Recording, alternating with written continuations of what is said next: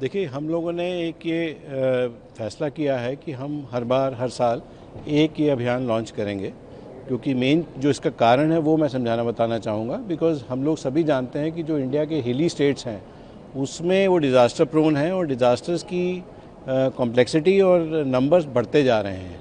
तो इसके लिए ज़रूरी है कि हम लोग भी, क्योंकि हम रिस्पॉन्डर्स हैं, तो हमारी टीम, हम लोग तैयार रहें।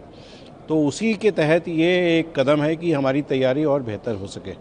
तो ये जो हमारा तीसरा एक्सपीडिशन था उसी लिए था कि हमारे रेस्क्यूअर्स को आइडिया रहे कि कल को अगर ईश्वर ना करे कोई हाई ऑल्टीट्यूड पे कहीं पे हमें रेस्क्यू ऑपरेशन लॉन्च करना पड़े तो हम लोग उसमें खरे उतरें, हमें कोई दिक्कत ना हो। जो रेस्क्यू ऑपरेशन हैं उसकी वीडियोस बनाई जाए और जो नए लोग आ रहे हैं, रिक्रूट हो रहे हैं, उन्हें दिखाया जाए ताकि किस तरह से रेस्क्यू ऑपरेशन सर कितनी हेल्प हो रही है, क्या क्या नई चीज़ें आप लोग लेकर आ रहे हैं। नहीं, माननीय गृह मंत्री जी के निर्देश थे कि हम लोग जो भी अपने ऑपरेशंस हैं उसको एनालाइज करें।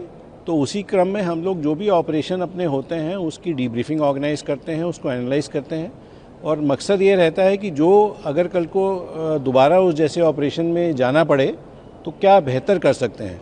तो कई चीज़ें, जैसे मैंने कहा भी था कि हमें रियलाइज़ हुआ कि डेबरी के अंदर अगर कोई डेड बॉडी है उसको आइडेंटिफाई करने के पास का अभी कोई तरीका नहीं था। तो हम लोगों ने अपने कैनाइन स्क्वाड की ट्रेनिंग शुरू की है टू आइडेंटिफाई डेड बॉडीज़, ये अभी शुरू किया है। अब कई बार ये होता है कि अब इसी तरीके से जो भी ऑपरेशन होता है उसको हम एनालाइज ये करते हैं कि और बेटर क्या कर सकते हैं next time. Sir 16 battalion India की अलग अलग स्टेट्स में रिपोर्ट है, थोड़ा बता दें। देखिए, हमारी 16 बटालियन है, वो मैं सारे स्टेट्स बताऊंगा तो आपका कार्यक्रम लंबा हो जाएगा। आप ये प्रैक्टिकली मान के चलिए कि हिंदुस्तान के अपार्ट फ्रॉम बटालियंस हमारे आरआरसीज होते हैं, हमारे टेम्परेरी डिप्लॉयमेंट होते हैं।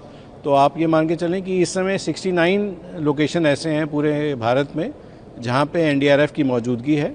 और अगर हमें इस समय की बात करें, जैसे मैंने अभी कहा भी था कि जब भी ये फ्लड का सीज़न आता है, बिकॉज़ ये हमारे लिए सबसे ज़्यादा मैक्सिमम डिप्लॉयमेंट का मौसम होता है, तो हम लोग स्टेट की अथॉरिटी से कोऑर्डिनेट करते हैं, कांटेक्ट करते हैं और जहाँ जहाँ जिन जिन स्थानों में फ्लड आने की संभावना होती है तो अपनी टीमें पहले से ही वहाँ पे प्री डिप्लॉय करते हैं। तो जैसा मैंने बताया कि इस साल जो हम लोगों ने करीब 97 जगह अपनी टीमें प्री डिप्लॉय कर दी हैं, क्योंकि डिज़ास्टर रिस्पांस में सबसे ज़रूरी ये हो जाता है कि हम लोग जल्दी से जल्दी रिस्पॉन्ड कर पाएँ।